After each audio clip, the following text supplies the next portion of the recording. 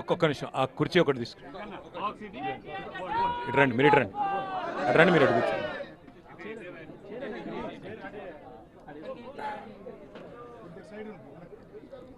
గౌరవనీయులైన పెద్దలు, మాజీ మంత్రివర్యులు, గౌరవ శాసనసభ్యులు, గౌరవ శాసన మండలి సభ్యులు, గౌరవనీయులైన రాజ్యసభ సభ్యులు, పార్టీ సీనియర్ నాయకులు, అట్లాగే ఇవాళ మరి పెద్ద ఎత్తున ఈ ప్రాంత రైతులు, అట్లాగే ఈ ప్రాంతంలో ఉండే మా పార్టీ నాయకులు ఎవరెవరైతే తరలి వచ్చినారో వారందరికీ కూడా పేరు పేరున హృదయపూర్వకంగా వారికి నమస్కారాలు. ముఖ్యంగా కరీంనగర్, పెద్దపల్లి, రాజన్న సిరిసిల్ల, జగిత్యాల, వరంగల్లు, హనుమకొండ, జనగామ, మహబూబాబాద్, ములుగు, భూపాలపల్లి జిల్లాల అట్లాగే సోదరులు సోదరిమణులు, అట్లాగే యాదాద్రి జిల్లా నుంచి కూడా, ప్రత్యేకంగా సూర్యాపేట జిల్లా నుంచి, యాదాద్రి జిల్లా నుంచి కూడా, నల్లగొండ జిల్లా నుంచి కూడా తరలి వచ్చిన మా సోదరులకి, మంచిర్యాల జిల్లా నుంచి కూడా వచ్చిన మా సోదరులకి సోదరిమణులకి పేరు పేరున అందరికీ కూడా హృదయపూర్వకంగా నమస్కారాలు. పొద్దున 8 గంటలకి మేమందరం కూడా హైదరాబాద్లో కలిసి బయలుదేరినాం. ఇక్కడికి చేరుకునేసరికి మధ్యాహ్నం 3 అయింది. అంటే నార్మల్గా అయితే 4 గంటల్లో వచ్చేయాలి, కానీ 7 గంటలు ఇవాళ ప్రయాణం చేసి ఇక్కడ దాకా మరి ఎన్నో ఆంక్షల నడుమ, ఎన్నో ఆటంకాల నడుమ ఇక్కడ దాకా రావాల్సి వచ్చింది. పెంబర్తిలో అడ్డుకున్నారు ముందు, తర్వాత జనగామలో అడ్డుకున్నారు పోలీసు వాళ్ళు, అట్లాగే ఆ తర్వాత వస్తే గన్పూర్లో కరుణాపురం దగ్గర, తర్వాత పర్కాల్లో, తర్వాత భూపాలపల్లిలో, తర్వాత కాటారంలో, తర్వాత మహదేవ్పూర్లో, ఇక్కడి దాకా ఎక్కడికక్కడ బ్యారికేడ్లు పెట్టి మేము ఇక్కడికి రాకుండా చేయడానికి ఎన్ని ప్రయత్నాలు చేయాలనో ఉదయం నుంచి హౌస్ అరెస్టులు మా నాయకులై, ఉదయం 5 గంటల నుంచి హౌస్ అరెస్టులు మొత్తం వరంగల్ జిల్లాలో, కరీంనగర్ జిల్లాలో ఎక్కడికక్కడ చేస్తూ ఉన్నారు. నేను అడిగిన, మధ్యలో డిఎస్పీ గారు కనబడితే అడిగిన, ఏముందండి మేమేమన్నా దాడి చేయడానికి పోతున్నామా, మేమేమైనా అప్రజాస్వామికమైన కార్యక్రమం చేయడానికి పోతున్నామా, దేనికి పోతున్నామో, మమ్మల్ని ఎందుకు ఆపుతున్నారు ఏంటి అంటే, మాకు తెలియదు సార్, పైనుంచి ఆదేశాలు వచ్చినాయి, పోనీయొద్దని చెప్పిండ్రు, పోనీయం. అట్టెట్లా పోనీయరా, నేను ప్రజాప్రతినిధిని, ఒక ప్రధాన ప్రతిపక్ష పార్టీకి నేను వర్కింగ్ ప్రెసిడెంట్గా ఉన్నాను. మరి మా రైతులు ఇవాళ ఎల్నినో ప్రభావంతో, వర్షాభావ పరిస్థితులతోని బాధపడుతున్నారు. అందరు కూడా వర్షాలు ఎప్పుడు పడతాయని బాధపడుతున్నారు. ఓ దిక్కు కింద నీళ్లు పోతున్నాయి గోదావరిలా, అది చూపెట్టాలి కదా మరి మా వాళ్ళకు. ఈ ప్రభుత్వానికి సోయి లేదు అంటే ఏం చేస్తాం సార్, మేము ఆదేశాలకు అనుగుణంగా నడుచుకునే ప్రభుత్వ ఉద్యోగులు, మాకు కూడా తెలుసు విషయం, కానీ ఏం చేయమంటారు సార్, మేము కూడా రైతు బిడ్డలమే అని చెప్పి పోలీస్ అధికారులు స్వయంగా వాళ్ళు బాధపడుతూ చెప్తున్న మాటలు. ఇవాళ నేను మీ అందరినీ ప్రార్థించేది ఒకటే, ఇక్కడ మనం ఏదైతే ప్రాంతంలో కూర్చొని ఉన్నామో, కాళేశ్వరం ప్రాజెక్టుకు మరి పునాది పడ్డ గడ్డ, ఎక్కడైతే కాళేశ్వరం ప్రాజెక్టు ప్రాణం పోసుకుందో ఆ ప్రాంతంలో మనందరం కూడా కూర్చున్నాం. అయితే ఇక్కడ మనందరం కూడా గుర్తుపెట్టుకోవాల్సిన అంశం ఏంటి అంటే, ముందుగా ఇవాళ నేను ఎవరినో నిందించడానికో, విమర్శించడానికో, లేదా ఎవరినో 4 మాటలని ఏదో ఒక రకమైన రాజకీయ కక్ష తీర్చుకోవడానికో నేను ఇక్కడికి రాలేదు.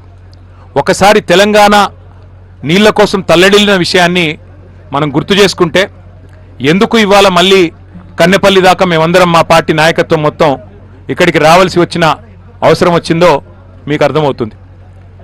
ఈరోజు కాదు, తలాపున పారుతున్న గోదావరి నీళ్ల కోసం తెలంగాణ పోరాటం ఈనాటిది కాదు, దశాబ్దాలుగా మనం వింటూనే ఉన్నాం, పోరాటం జరుగుతూనే ఉంది.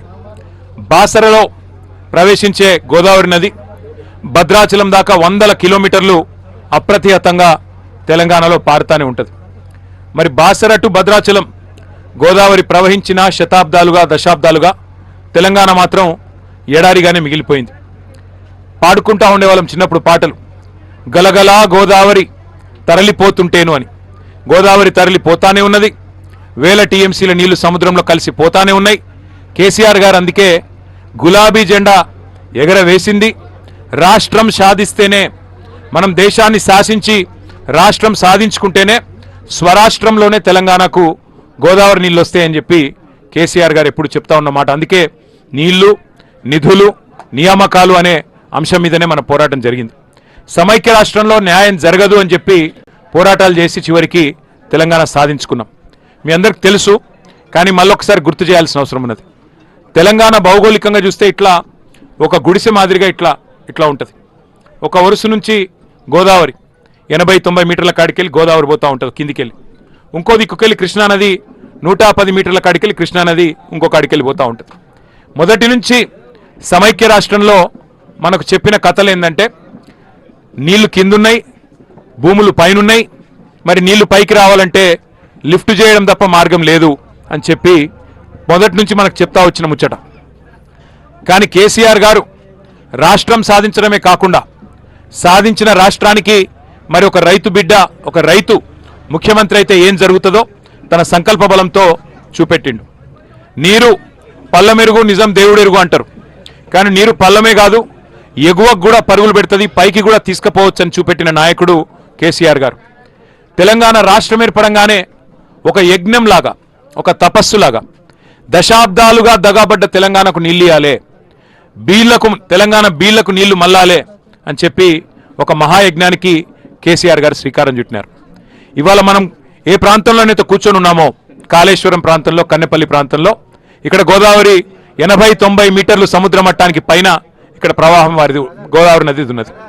మరి ఇక్కడ నుంచి గోదావరి నదిని ఇక్కడి నుంచి ఒడిసి పట్టి ఒక్కొక్క బొట్టుని మరి పైకి అప్లాండ్స్ ఏవైతున్నాయో అక్కడ దాకా తీసుకొని పోవాలి అంటే మరి అద్భుతమైన లిఫ్ట్ సామర్థ్యం ప్రపంచంలో ఎక్కడ ఉన్నాయి అవన్నీ కూడా చూసి వెతికి పరిశోధించి ఒక బృహత్తరమైన ప్రణాళికకు శ్రీకారం చుట్టినారు కేసీఆర్ గారు. కానీ సిన్సియర్గా గత ప్రభుత్వం ఏదైతే తుమ్మిడిహెట్టి అనే ప్రాజెక్టుకు శ్రీకారం చుట్టిందో, ఆనాడు ఉమ్మడి ఆంధ్రప్రదేశ్లో కాంగ్రెస్ ప్రభుత్వమే ఉండే, ఢిల్లీలో కాంగ్రెస్ ప్రభుత్వమే ఉండే, మహారాష్ట్రలో కూడా కాంగ్రెస్ ప్రభుత్వమే ఉండే.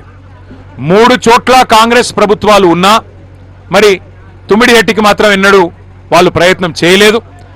చివరికి ఒప్పందం చేసుకునే ప్రయత్నం, అంతర్రాష్ట్ర ఒప్పందం ఏదైతే చేయాలో ఒక అంతర్రాష్ట్ర ప్రాజెక్టుకు సంబంధించి ఆ డ్యామ్ హైట్ విషయంలో ఏదైతే ప్రయత్నం చేయాలో ఆ ప్రయత్నం ఎన్నడూ కూడా వారు చేయలేదు.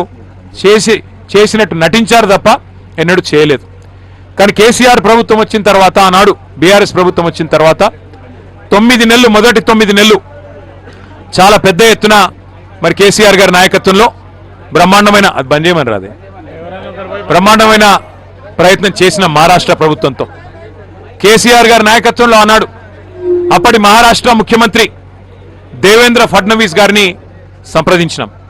అయ్యా, 152 మీటర్లకు మీరు ఒప్పుకున్నట్టయితే మాకు మా ప్రాంతం మొత్తానికి కూడా లాభమయ్యే ఆస్కారం ఉంటుంది, కాబట్టి మీరు దయచేసి అంగీకరించండి అని చెప్పి వారిని పోయి పూర్తి స్థాయిలో ప్రయత్నం చేయడం జరిగింది.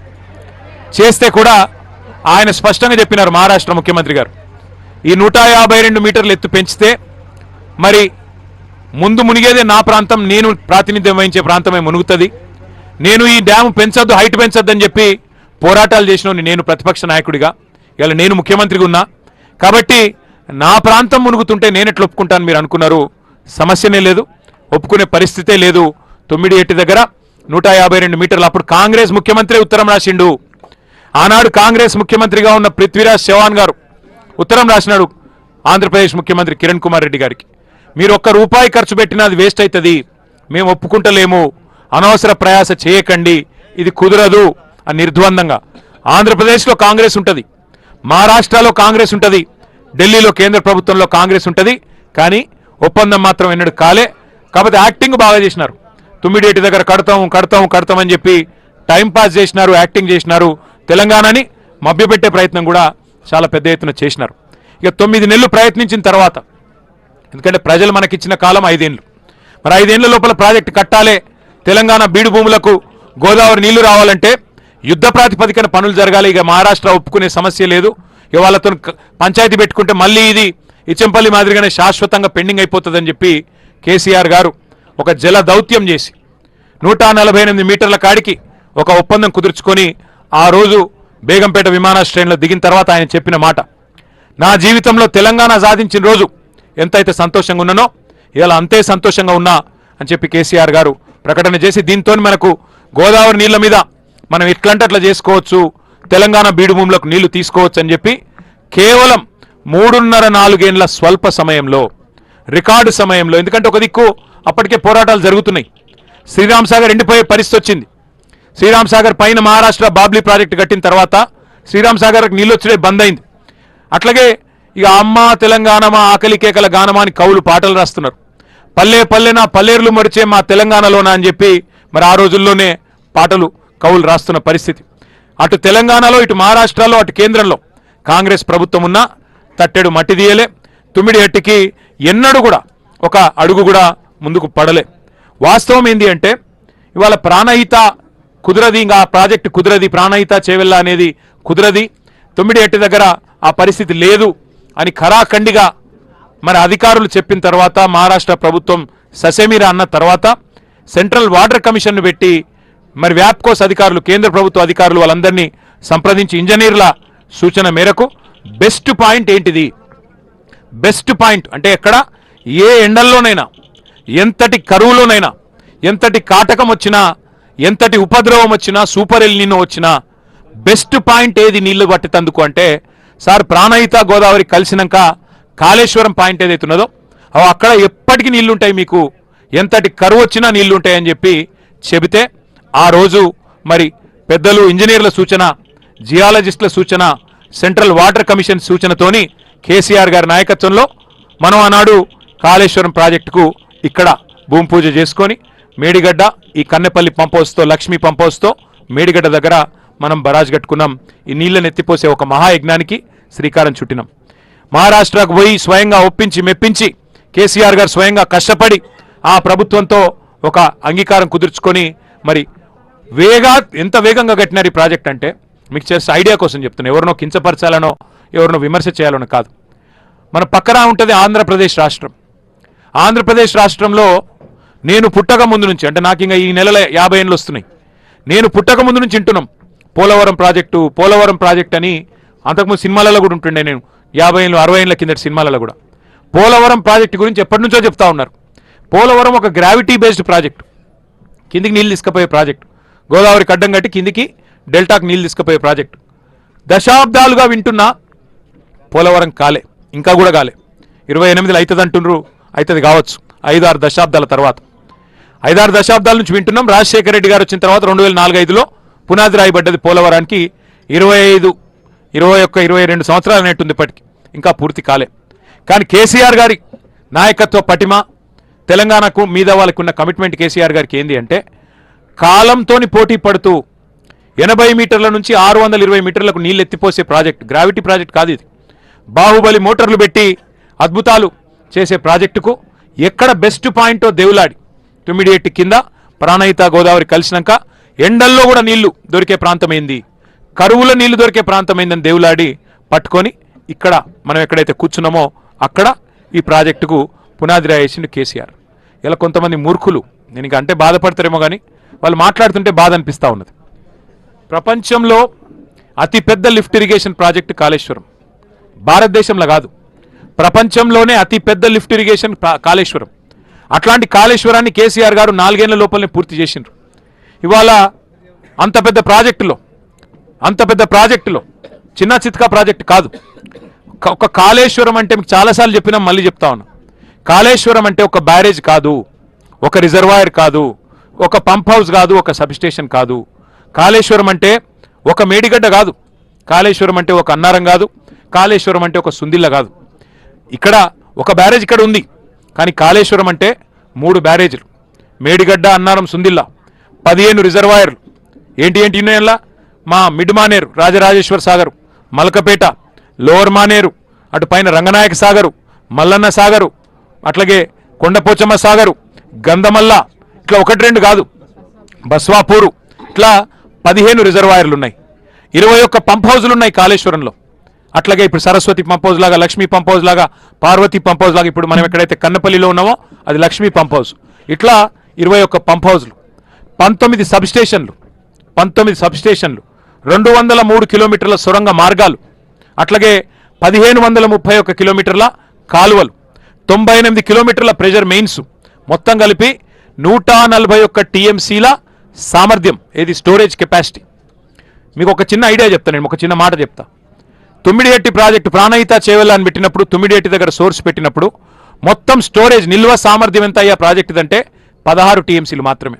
దాన్ని 142 టీఎంసీలకు పెంచింది కేసీఆర్ ప్రభుత్వం. మల్లన్న సాగర్ భారతదేశంలోనే అతిపెద్ద artificial man made reservoir 50 TMC కెపాసిటీతో కట్టిన రిజర్వాయర్ మల్లన్న సాగర్. ఇట్లాంటి ఎన్నో అద్భుతాల సమాహారమే కాళేశ్వరం.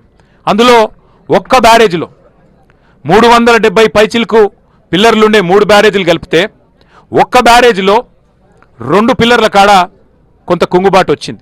సరే, అందులో కూడా లంగతనం ఉందనేది మా అందరి అనుమానం. అందులో కూడా ఎలక్షన్ల ముంగటనే జరిగింది, ఏమో జరిగింది, కొంతమంది దుర్మార్గులు ఏదో చేసిండ్రు ఎలక్షన్లు గెలిచేందుకు, కేసీఆర్ను బద్నాం చేసేందుకని ఒక అనుమానం కూడా మాకున్నది. వాస్తవం ఏంటి అంటే, ఎక్కడైతే 2 పిల్లర్లు కుంగినాయో ఆ 2 పిల్లర్లు లేదా మొత్తం బ్లాక్ దాన్ని మొత్తం తీసేసి మళ్ళా కట్టినా అయ్యే ఖర్చు 400 కోట్లు, కేవలం 400 కోట్లు మాత్రమే. ఆ బ్లాక్ మొత్తం కట్టినా అందులో రూపాయి కూడా మళ్ళీ ప్రజల మీద పడేది లేదు. ఎల్ఎన్టీ అనే సంస్థ ముంగటికి వచ్చింది, చెప్పింది ఆ 400 కోట్లు మేము కట్టిన మా ప్రాజెక్టులంచి డిఫెక్ట్ లయబిలిటీ పీరియడ్లోనే ఉన్నది, మొత్తం పైసలు మేము పెడతాం, మేము కడతాం, మాకు అవకాశం ఇవ్వండి అంటే ఇప్పటికి 30 నెలలు అయిపోయాయి, 31 నెలలు అయిపోయింది.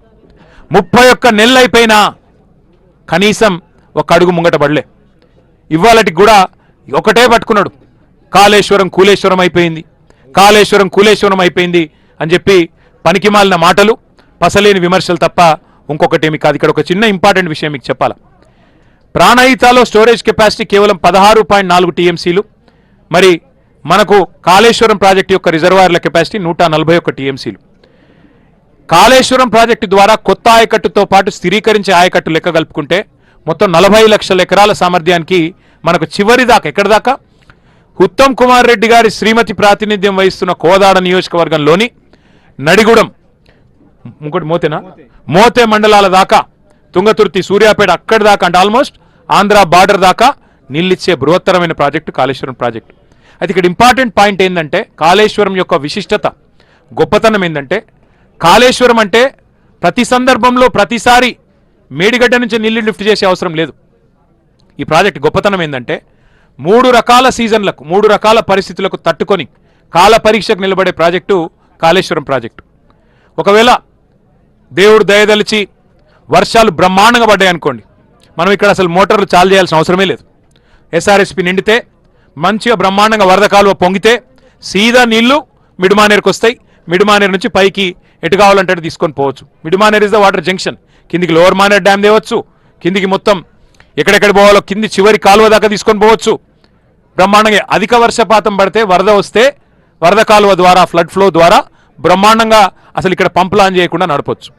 రెండవది, సాధారణ వర్షపాతం పడితే ఫ్లడ్ కాకుండా సాధారణ వర్షపాతం పడ్డదనుకోండి, మనకు ఎస్ఆర్ఎస్పి నుంచి కడెం మీదకి వెళ్ళి ఎల్లంపల్లికి వస్తాయి, ఎల్లంపల్లికి వెళ్ళి లిఫ్ట్ చేసుకుంటూ పోవచ్చు.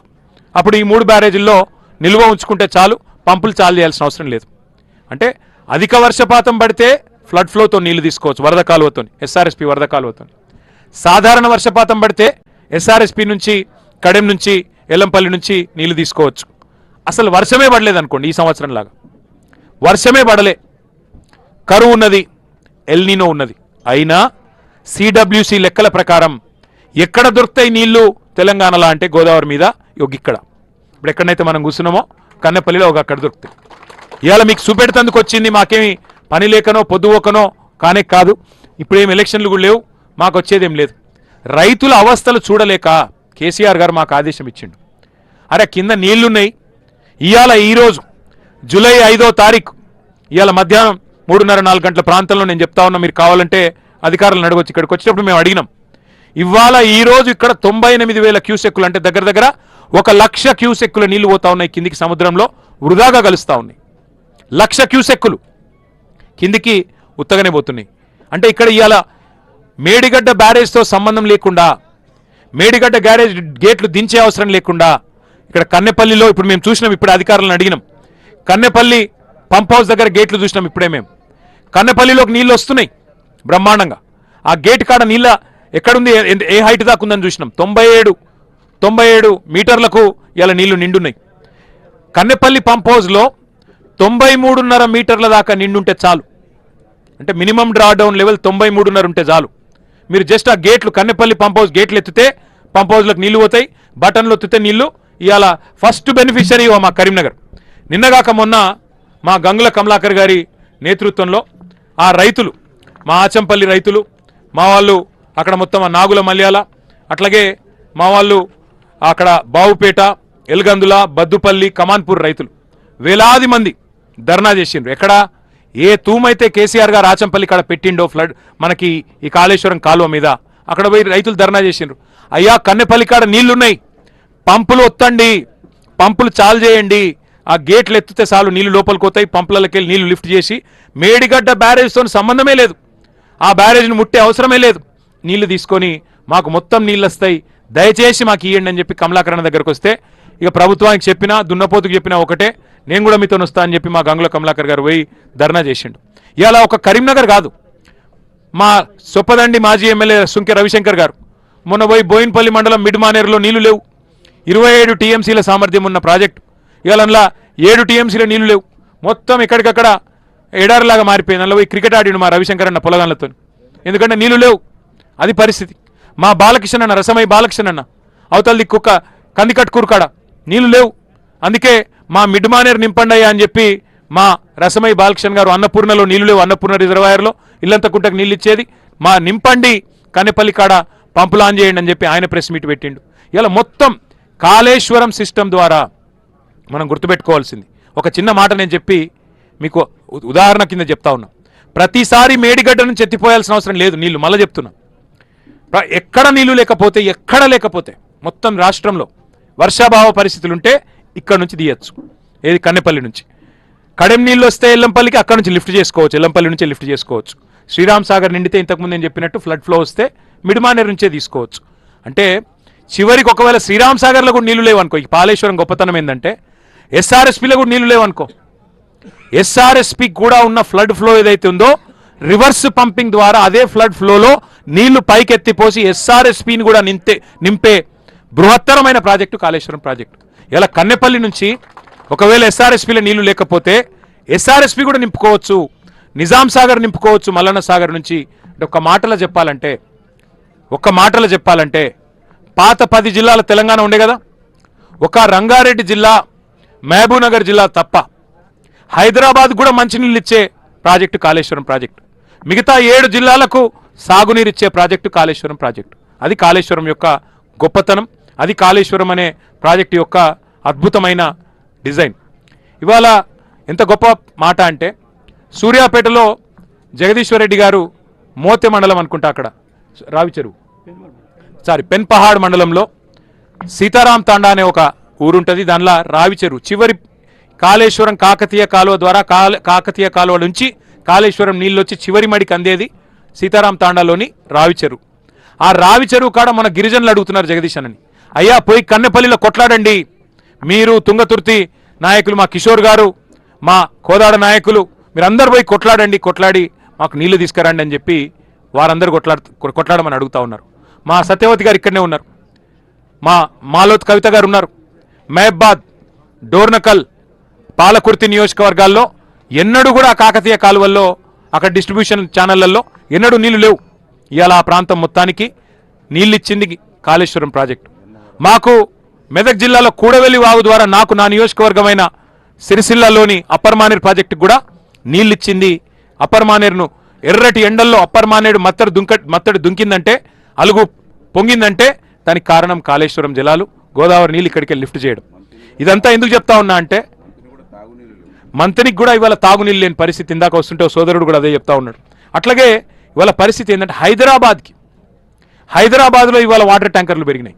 హైదరాబాద్ ప్రజలు కూడా చూస్తూ ఉన్నారు.